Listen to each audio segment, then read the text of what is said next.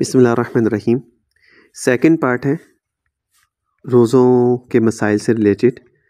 कल की जो प्रीवियस जो मेरा बयान था उसके अंदर मैंने आप लोगों को कफ़ारा कज़ा के बारे में बताया था, किन चीज़ों में कफ़ारा और कज़ा है, और रोज़ों के कुछ मसाइल थे।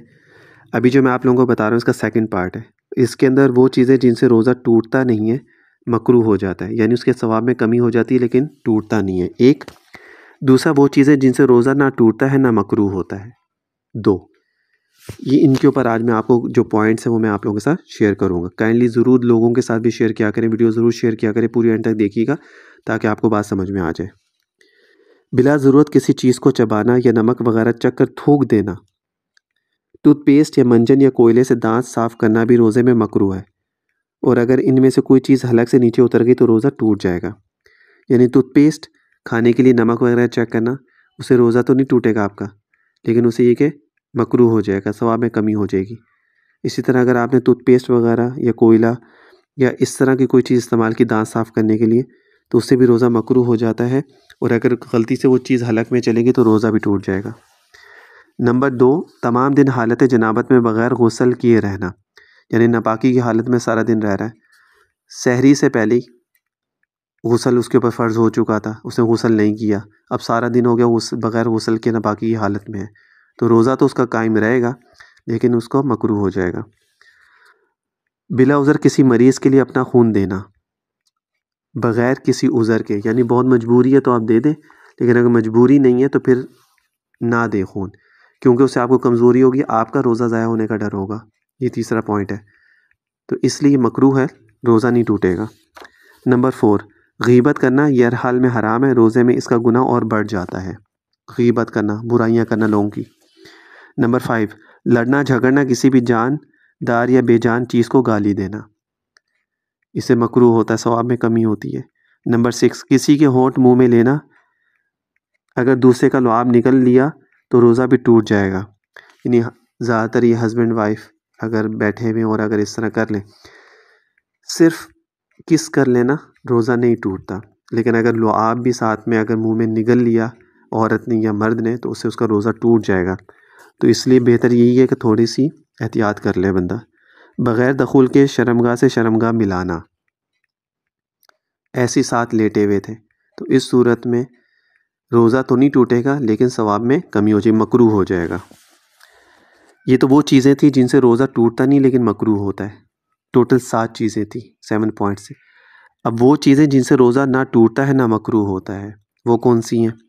मिसवाक करना, खुश्क हो या तर हो, इससे रोज़ा ना टूटता है ना मकरूह होता है। नंबर 2, सर, दाढ़ी या मूँछों पर तेल लगाना। नंबर 3, आँखों में दवाई या सुरमा डालना। नंबर 4, खुशबू सूंघना। नंबर 5, गर्मी और प्यास की वजह से गुस्ल करना। नंबर 6, बीमारी की वजह से इंजेक्शन या ड्रिप लगवाना, चाहे रग में हो या गोश्त में, बीमारी की वजह से, इससे ना रोज़ा टूटेगा ना मकरूह होगा। ये इस तरह के मसाइल लोग बहुत पूछते हैं। नंबर 7, भूल कर खाना पीना या भूल कर बीवी से सोहबत करना। नंबर 8, सोहबत करना मतलब हम बिस्तरी करना। नंबर 8, हलक में बिला इख्तियार धुआं, गर्द गुबार या मक्खी वगैरह का चला जाना। हलक में बिला इख्तियार यानी जानबूझ के नहीं, वैसे ही चला गया, धुआं चला गया, मट्टी वगैरह उड़ रही थी वो चले गई, आप कहीं से गुजर रहे थे वहाँ पे धुआं वगैरह बहुत था तो वो आपके हलक में चला गया, मट्टी चली गई या मक्खी वगैरह चला जाना, इससे ना रोज़ा टूटता ना मकरूह होता है। कान में पानी डालना या बिला कसर चला जाना, इससे भी कोई फ़र्क नहीं पड़ता। थोड़ी या ज़्यादा खुद ब खुद कै आ जाना, खुद ब खुद आना, पहले मैंने बताया था मुंह भर के जानबूझ के आना, उसमें कज़ा है। इसमें थोड़ी या ज़्यादा खुद ब खुद कै आ जाना, अचानक से वैसी आ जाती, ज़्यादा खाया हुआ हो या ज़्यादा पानी पिया तो अचानक आ गई।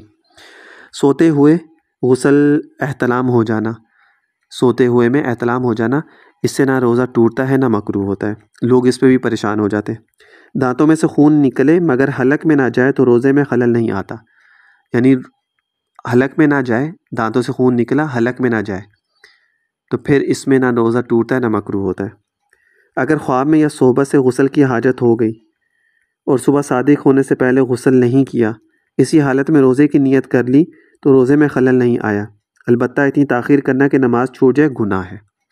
यानी अगर किसी ख्वाब में एहतलाम हो जाना, ख्वाब में जैसे कि, या सोहबत से गुस्ल की हाजत हो गई सुबह सादिक होने से पहले गुस्ल नहीं किया, यानी किसी ने रात में सोहबत कर ली बीवी के साथ, हम बिस्तरी कर ली या उसको एहतलाम हो गया, अब उसने जो है वो गुस्ल नहीं किया और इसी हालत में उसने रोज़े की नीयत भी कर ली, ठीक है, तो इसमें ना रोज़ा इसका ज़ाया होगा और ना मकरूह होगा।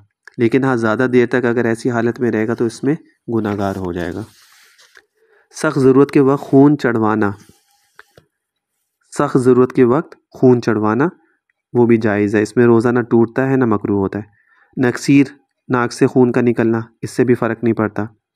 ताकत का इंजेक्शन लगवाना, जबकि बाज़ हज़रात ने बिला ज़रूरत ताकत का इंजेक्शन लगवाना मकरूह लिखा है, ठीक है, लेकिन इसमें भी ये कि ज़रूरत नहीं है तो फिर क्या ज़रूरत है इंजेक्शन लगवाने की ताकत का। हाँ, किसी को बहुत ज़्यादा ज़रूरत है, कोई कमज़ोरी महसूस हो रही है तो एक अलग चीज़ है। रुमाल भिगोकर सर पर डालना और कसरत से नहाना, कोई मसला नहीं है इसमें भी। बच्चे को दूध पिलाना, माँ अगर बच्चे को दूध पिला रही है कोई हर्ज नहीं है, ना रोज़ा टूटेगा ना मकरूह होगा। अगर जिमा का अंदेशा ना हो तो बीवी से बोस व किनार करना, जैसे मैंने अभी पहले भी पॉइंट बताया है कि सिर्फ किस तक तो ठीक है, लेकिन अगर लुआब मुंह में चला गया मर्जी औरत के, उससे रोज़ा टूट जाता है, हलक में चला गया तो बेहतर है इंसान एहतियात करे। अपना थूक जो मुंह में हो निगल लेना, अलबत्ता इसे मुंह में जमा करके इसे निगलना ना चाहिए। यानी कुछ लोग अगर मुंह में जमा करी जा रहे हैं, एक ये अदब के ख़िलाफ़ गंदगी भी होती है इससे, तो वो तो जायज़, तो ऐसा नहीं करना चाहिए। लेकिन अगर किसी को खांसी बलगम आ रहा है या वैसी थूक है और किसी ने अगर निगल लिया तो उसमें कोई मसला नहीं है। नाखून तराशना, मूछें तराशना, यानी नाखून काटना, मूछें काटना, जिस्म के किसी भी हिस्से के बाल काटना, ज़ेरे नाफ या बगलों के बाल साफ़ करना, सब जायज़ है, रोज़े की हालत में कोई मसला नहीं है। उज़र की वजह से खून देना, वो भी इसमें जायज़ है, ना मकरूह होगा ना रोज़ा टूटेगा। ये तो वो चीज़ें हो गई कि जिससे आपका ना रोज़ा टूटता है ना मकरूह।